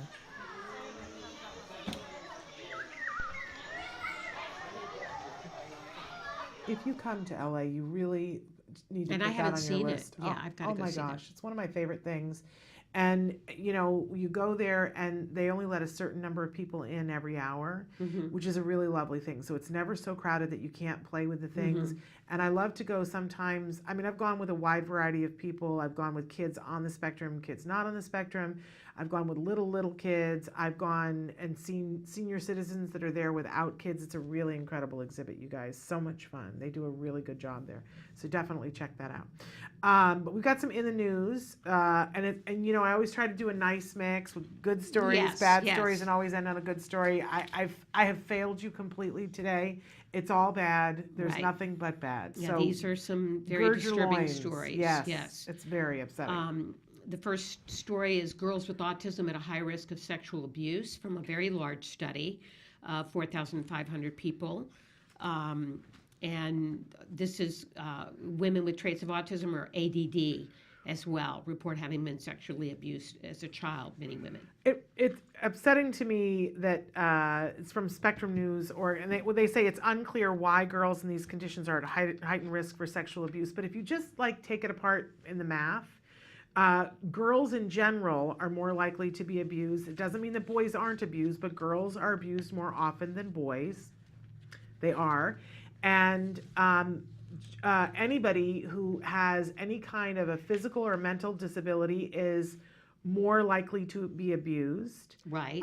So you put those two things together and it makes sense that our girls on the spectrum would be at a higher risk. And they're more likely to engage in risky behaviors such as substance abuse, which could make them more vulnerable to abuse. Well, there is that as well. And we know that sometimes with some girls that are on the spectrum, their filter for sexuality is they don't have a danger filter. So the attention feels good, and you know the touching may feel good, but it puts them in a position where that they're incredibly vulnerable. I will say, years ago, I went to a seminar that was labeled as how to prevent your child from being sexually abused. And we all got there, and then the person who was doing the talk said, I'm really sorry because there's no way to be absolutely sure that that won't happen to your child. So what this lecture is going to be about is how to ensure that your child survives it, that they are not destroyed by it, and that they are a good court reporter that can turn the person in. I found it to be really, really informative. And some of the things that she talked about were that we used to say to kids, people can't touch you where your bathing suit is, right? And she said we have to stop that. We have to say that that is their body top to bottom, and that people should not be allowed to touch them without their permission. Okay. That was very edifying for me. And she also has almost like a meditation for if something bad is happening to a child, how to remember everything while it's happening. It helps them to disassociate. Isn't that a horrible thing to have to talk about with a child? But you know, made a huge difference for some kids. If you're interested, you can write to me and I can help you to connect you to that sort of lecture. And on the subject of abuse, we have two stories of abuse. A student with autism was injured by a school resource officer. This was in Denton, Texas. Yes. Which is a suburb of Dallas. Right. And 10-year-old. And they called in the resource specialist, and that person felt that they needed to handcuff a 10-year-old boy. You know, words fail me with stories like this because I just don't understand, but I do. It's people who haven't been properly trained. Right. If you feel like you don't have any power over a 10-year-old and that all you can do is handcuff them, then that's what you're going to go to. But if you understand that there are ways that in which you can behave and react and protect yourself and protect other people, it would never occur to you to put a 10-year-old in handcuffs. And in this particular case, they actually had a behavioral intervention plan, a BIP, in place that spelled out what to do if the son did misbehave. The agreed upon tactics were a walk or a cool down room to help the boy regain control. We never agreed for him to be mechanically restrained, said his father. And, you know, I'm sure that this will result in lawyers and checks being written because there was a BIP written. I think most of us have the BIP written and we don't want to get a check from the school because our child was hurt. We'd rather that the BIP be followed. But the fact of the matter is that you write the BIP and the people who are in the room know the BIP and you're lucky if the teacher is in the room, right? And then they go, okay, well, the BIP is written, woohoo! But the lady in the lunch line doesn't get to look at the BIP, and she certainly doesn't get any training on it. The bus driver doesn't get to look at the BIP or get trained on it. The resource person apparently did not, but that's a huge oversight. Yes, it is. And as a parent, we need to start requesting, you know, first of all, you got to get the BIP in place, right? These parents are covered because they have the BIP. But you get the BIP in place, and then you make sure that everybody gets a copy of it, and you ask them, has everybody been trained on this, and get them to sign off on that they have, because otherwise they're going to end up paying a lawsuit. We don't want our kids to be hurt. No, we don't. Okay. Another case of abuse, a very disturbing video out of Vacaville, California. Parents in California say their 8-year-old autistic child was attacked by a school bus driver, and there is video that shows the child terrified, crying, and begging the bus driver to stop. And I watched the video, and I don't recommend it to anybody because it's really disturbing. But, you know, here's the thing, is that, and you don't get to see everything that happened before, right? But clearly the bus driver is upset with this child, and the bus driver is taking it personally and starts to have a dialogue with the child and is condescending. Yes. And I don't appreciate that. Right. But that's one thing, right? And then the aide comes up to the bus to pick up the child. And at that point, what should have happened was the aide should have gotten on the bus and dealt with the child. But the bus driver turned and said, no, go away, let me handle this. And I understand why the bus driver did that, because she has to be on the bus with that child and the aide isn't typically there. But when you turn away the person who is trained in the BIP, when they're there and you turn them away and say that I'm going to deal with it, world of hurt. And so this bus driver has been fired. Right, which is a good thing. Yes, but you know, I don't know that this wasn't a good bus driver, but she was having a really bad day, and I mean a really bad day, because then she drags the child out of the seat and rips off her jacket. Oh my gosh, it's unbelievable. But I'd like to think that this isn't a horrible person, but that she wasn't given the tools to know how to deal with this. We all have to be requesting and saying, you know, what I'd love to request is they all have to be trained no matter what. But that you can't do that in an IEP. Right. But once you have that BIP, you can request that everybody that interacts with your child is trained in the BIP, and if they say that they don't want to, get that in writing. Can you please sign this document saying that I asked you? And there's that section of the IEP where you can write in whatever you want. You can write it and say, I requested that everybody that deals with my child be trained in the BIP and was told that they wouldn't. You know, because if that's there and something happens, and I don't think they'll allow that. I think they'll go, all right, we'll train them in the BIP. How effectively they do it, I don't know. So, not good stories, but all cautionary tales. Very cautionary tales. Be careful and cross your T's and dot your I's. We can only take responsibility for what we can only take responsibility for. Right. I love the mom who every year takes the IEP and the BIP and she puts it in a protective sleeve and she puts magnets on the back of it and she gives it to everybody on the team and says, oh, here's one for the OT and here's one for the SLP and It's a here's great idea. and they can stick it to their file cabinet. And she gave one to the ladies in the lunch line. Great I thought idea. that's brilliant.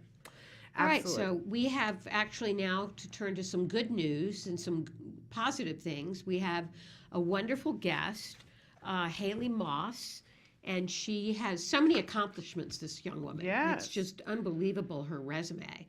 And she's going to be talking about some of her books, including Middle School, The Stuff Nobody Tells You About, which is one of her several books that she has contributed to and written. Yes. So we're going to take a break and we'll be back with Haley Moss. There we go. Stick with us. You say howdy, we say hi. Let's get rowdy, let's get wild. Let's get wild. Let's get wild. Let's get wild. Let's get wild. Hi, Lisa Ackerman from Taka here to do some more cooking. Are you ready? Allergy-friendly fun, and I've got a guest. I'm Jamie Davis. Yes, I'm her sister. Today we're all about cooking something really fun and healthy. That's a dessert. We're going to actually use carrots, real carrots, and we're going to talk about how to make the best tasting carrot cake you could ever hope for. So it's really easy. You don't want to buy the carrots that are the baby carrots. Why?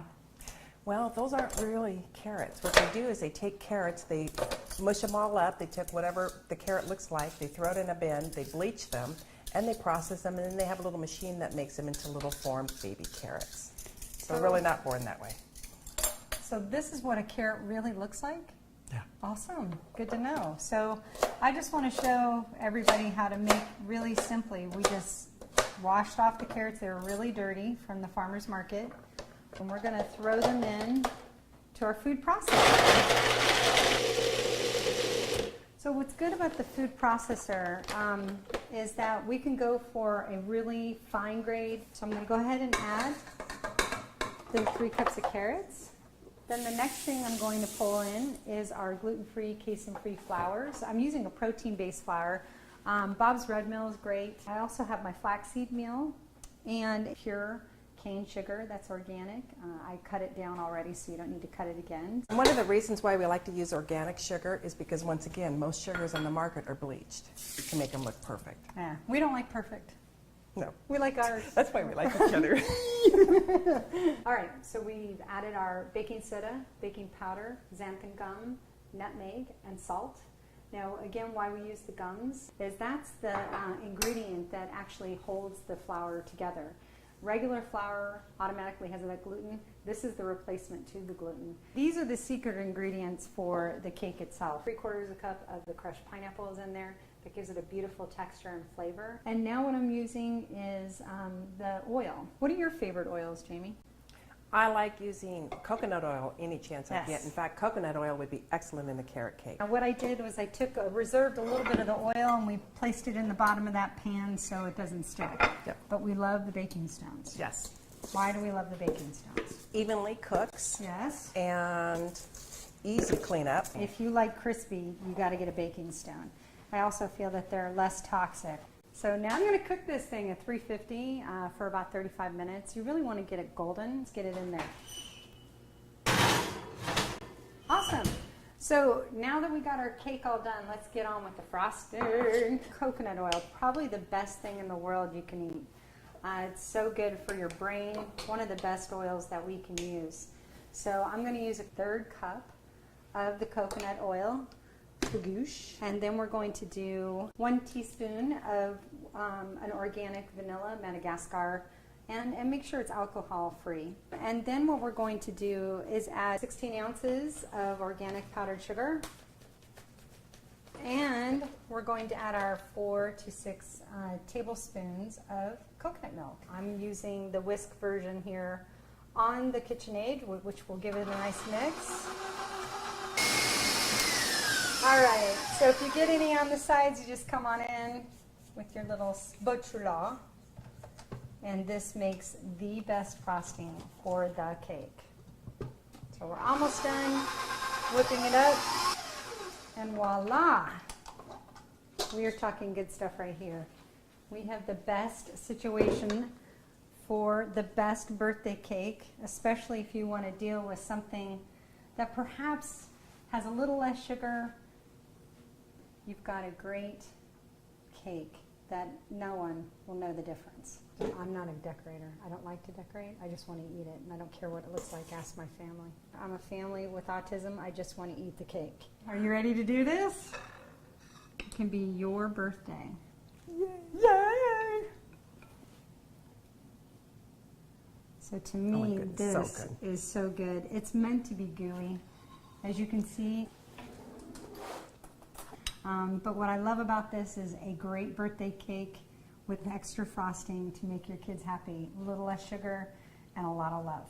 So if you have any questions, we'd love to hear from you. You can email us at autismlive@gmail.com, and on Facebook, Facebook/autismlive.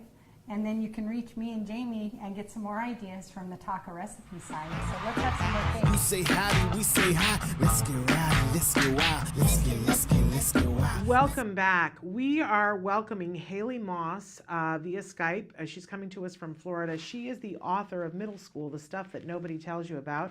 But she has been involved in, it's like where to begin. This is a woman with so many different talents. So many talents. She's currently studying for the bar. Because she's about to be an amazing lawyer, but she's a very accomplished and popular artist and writer and an advocate, in particular for autism, but for special needs as well. So, Haley, welcome. Welcome. Welcome to Autism Live. Thank you for having me. We're it's great to have you here. Tell us about law school. You've already graduated with your Juris Doctor from University of Miami. Tell us about law school and what's next for you. I graduated a little over a week ago. It was quite honestly one of the best days of my life. And like we were saying, as far as what's next, I'm studying for the Florida bar exam, which I take in July. And even with law school, I think it was an amazing experience. I've learned a lot, and something that was really cool is I was actually my class elected commencement speaker, so I got to give the student address at graduation to everyone in my graduating class, as well as their friends, families, professors, and attorneys in the community. It was truly amazing. So what's next is I get to start practicing, assuming all goes well at the bar exam in September, and hopefully gonna make a difference by being an attorney. And you want to be an advocate on a smaller level. Originally thought you might want to do something more broad, but tell us about your autism advocacy. I thought that I was going to go to law school originally when we were talking about law school. I thought that I was going to be doing disability advocacy on a greater scale, like maybe going to DC or working for the Department of Justice, something along those lines. But I realized that most of advocacy work is best on the ground. So more like at home and dealing with the families that we encounter, like my family or your families, or even people on the spectrum or who have disabilities back home. So a lot of policy takes a while to create. There's a lot involved in it, a lot of different moving parts, but I realized that even when you have a family going through a divorce or something just isn't right in our community, there's so much we could do for those people in particular. So even in divorce proceeding, being able to make sure that a child on the spectrum or with a disability is getting services, or it's included in a settlement or a custody arrangement, is something you could do on a small scale that can really make a difference in one person's life and doesn't require the same amount that a policy change that might not happen depending on who's in office or something like that. I'm curious as to where this desire to be an advocate springs from. How did this happen for you? I fell into advocacy when I was 13. I was invited by the University of Miami's CARD Center, so the Center for Autism and Related Disabilities. They're actually the ones who diagnosed me when I was 3 years old.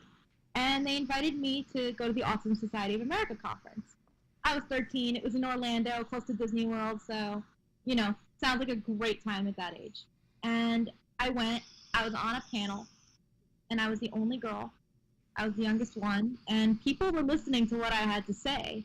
And I also realized that where I'm at would not be possible without a village of people, and that there are so many people that need more from our villages, and people, there's just so much. And I wanted to be able to give back because I realized I've been very lucky in my life with where I've gotten, what opportunities I've had, and who I've encountered in my life.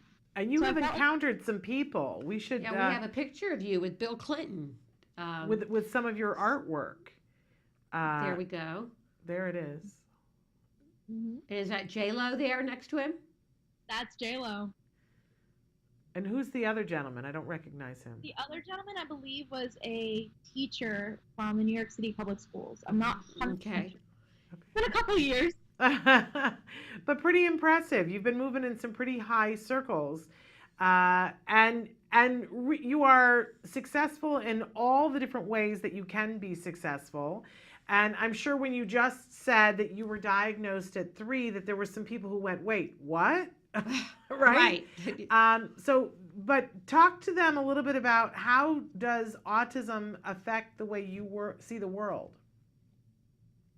So going back to what you were saying about being diagnosed at 3 is I didn't have the best diagnosis you could hope for. I was nonverbal, so a lot of what was expected is an occupational therapist once told my mom that you might get to see her take her driver's test, but you're probably not going to see her go to an elite private high school, because my mom had this high school in mind that she wanted me to go to here in South Florida called Pinecrest. And she's like, you'll see Haley take her driver's test, but you won't see Pinecrest. And I did graduate from Pinecrest 6 years ago now, so that did end up happening. It's really the ability to say you believe in our kids and you believe in us when the world says no. So I wanted to just throw that one out there real quick. What type of interventions and treatment and care did you get when you were younger?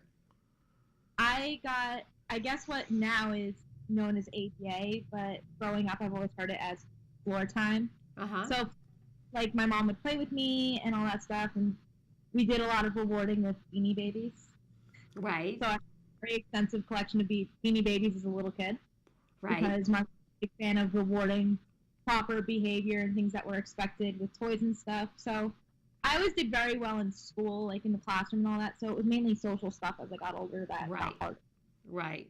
How does autism affect the way you see the world and your work? I think it just means I have a unique perspective on things. I don't see it as a bad thing. And I know a lot of people don't always see autism as the most positive thing in the world, but I realize that there's no other way that I would know what the world is like. I wouldn't know how to see the world from a neurotypical perspective. To me, the world is beautiful with sometimes it's overly loud sounds or how vivid something looks or just having a wild imagination is. I realize that autism really does change how I see things, and I appreciate that. And you have a very, I'm sorry, go ahead. Like some things are hard for me, but they're also the same kinds of things that might come easy to someone else, and things that are easy for me might be hard for someone else. So I just think it's a unique perspective more than anything else. And you do have a unique perspective because we know that there are so many more boys on the spectrum than girls. And for our viewers that are watching that have girls, what are some issues that you are particularly concerned about relating to women in particular on the autism spectrum? It is the year of the girl and the woman, according to the UN. So what are some things you're concerned about? With women, I think the most interesting thing is, even though the statistics tend to say that there are more boys than girls, I really think the biggest obstacle that women face is that they're underdiagnosed. So I do think that autism probably does occur equally amongst the sexes. I just don't think that women are diagnosed as often, because oftentimes we pass as something else. If you look at the criteria as a whole for autism, it does seem kind of geared towards the boys. Like the girls aren't lining up the toy trucks as much, but they might be playing with dolls in a different way, or they might know a really, really vast amount of information about a topic, but it's a more socially acceptable topic, so it doesn't get flagged as quickly. So I realize a lot of girls that I've met on the spectrum as well, we tend to be more socially acceptable in terms of behavior, and we just get written off as quirky, kind of like the movie characters and TV characters that a lot of people find endearing. But the issues I see that face women uniquely are issues revolving around relationships, so like consent and all that kinds of stuff. And I also think that issues about, sorry, I just lost my train of thought. That's all right. No problem. That's okay. Let's talk a little bit about your books, because in particular you like to talk about middle school and college and be helpful and useful. Is there a particular reason why that was so such a pressing need for you to talk about those subjects? Absolutely. So with middle school, I went to 3 different schools in 3 years. So I've seen a lot at that time of my life, and I realized that there was so much that went right and wrong, and there's so much that can be learned from, especially because middle school is collectively everybody's awkward phase in life. So with like puberty and new interests and new people and realizing that you're coming into your own and you want to be a little bit more independent. So I think that it's that phase of life where people are still trying to find themselves and understand how they're not quite little kids anymore, and that's when peers start amping up social pressure. So things like social media and the like. I've actually been talking about updating the book because so much has changed since I was in middle school. I mean, we didn't have Snapchat and Instagram. So things like that. Is there so much societal pressure that comes onto young adolescents? Well, and this is a very interesting book, this middle school, the stuff nobody tells you about, because it's really like an advice book from one girl to another, to say, like an older sister, to say, here's what you need to know on every subject imaginable. A really great thing to give to a family. First of all, for mom and dad to read through and understand before somebody starts middle school, but then a great gift to give to a girl who's going off to middle school, really for anybody, girls or boys. But there is a lot of stuff in here that's specific for the girls.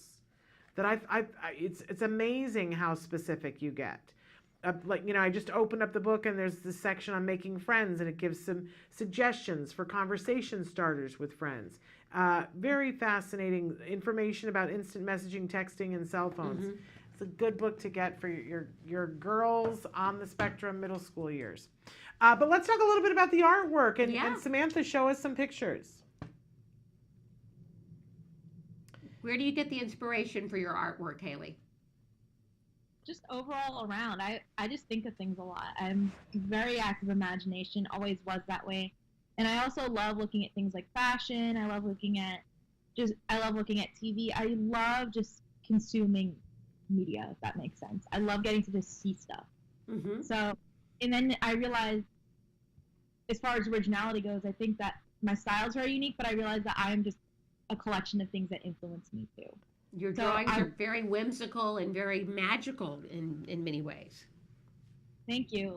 But I'll see something and I'll want to incorporate it, and it doesn't mean that it's necessarily my own idea, but it's something that it's I really want to use that or interpret that.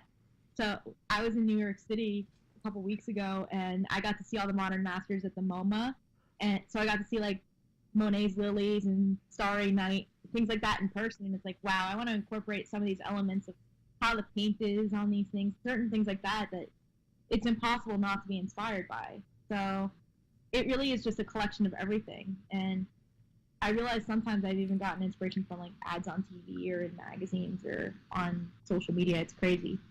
But I feel like I can get ideas from literally anywhere.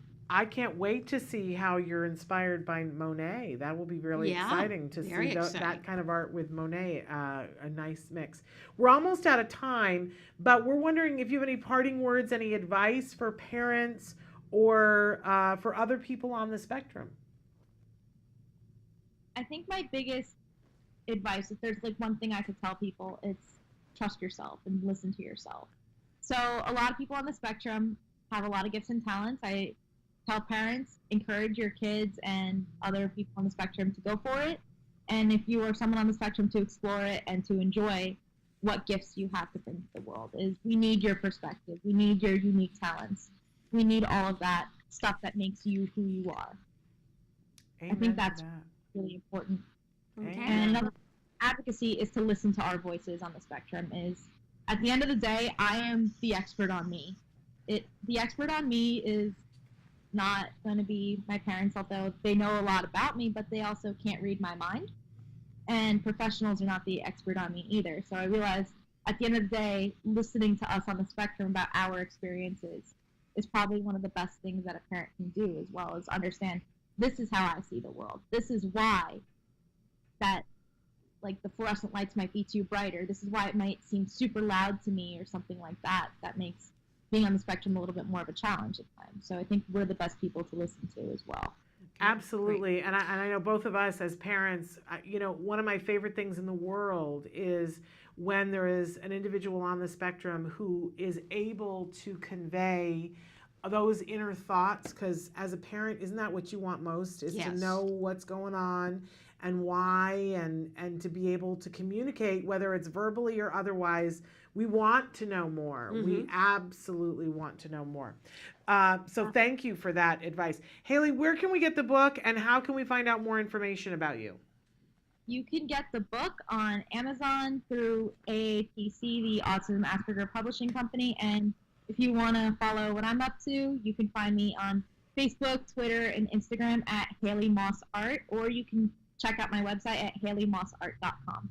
Great. Fabulous. We wish you the best of luck with your bar that you're going to be taking, and continued success with your writing and your art, Haley. Thank you so much for joining us today.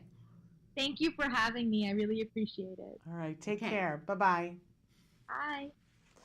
So amazing. Isn't she inspirational? Remarkable young woman. Yeah, absolutely. My goodness. Really a wonderful role model for anybody who has a daughter out there. Really fabulous young woman.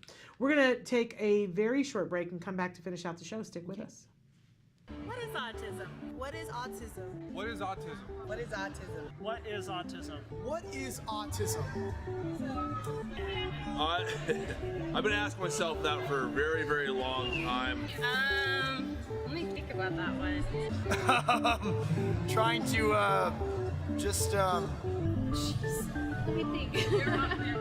Oh man, that's a rough one. Yes. Autism.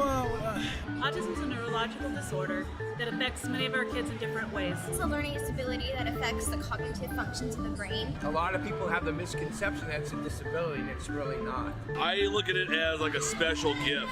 When one person thinks differently from another. It's an opportunity for everyone to learn to understand someone that's a little different than them. Autism is the ability to educate. They're given so much talent in different areas. To me, autism means a chance to be with and be around people you really care about. Autism is beautiful. It's a way of seeing the world differently. It's always unique, totally intelligent, and sometimes mysterious. Happiness that comes out of my son's hard work. It's a movement. Unpredictable. That's right. Awesome. Love. The field I want to work in. Laughter, fun, joy. Autism is beautiful to me. I want you to remember these 3 words. There is hope.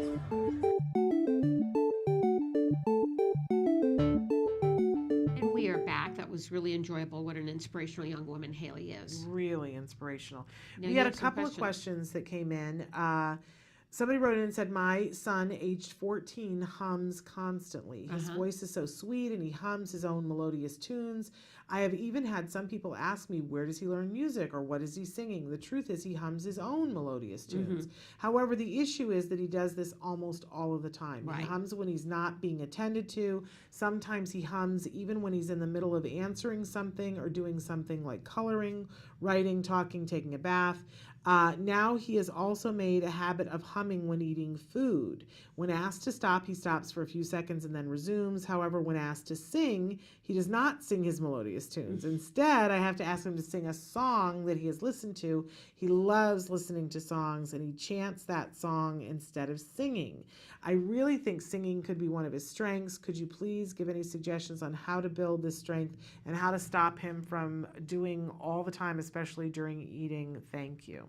And I was saying to you during the break, I don't recall Wyatt being a hummer, but you My said son that he is. He does hum, and it's in his behavioral intervention plan to stop the humming. They put him on a timer, which is no silly sounds for him. Right.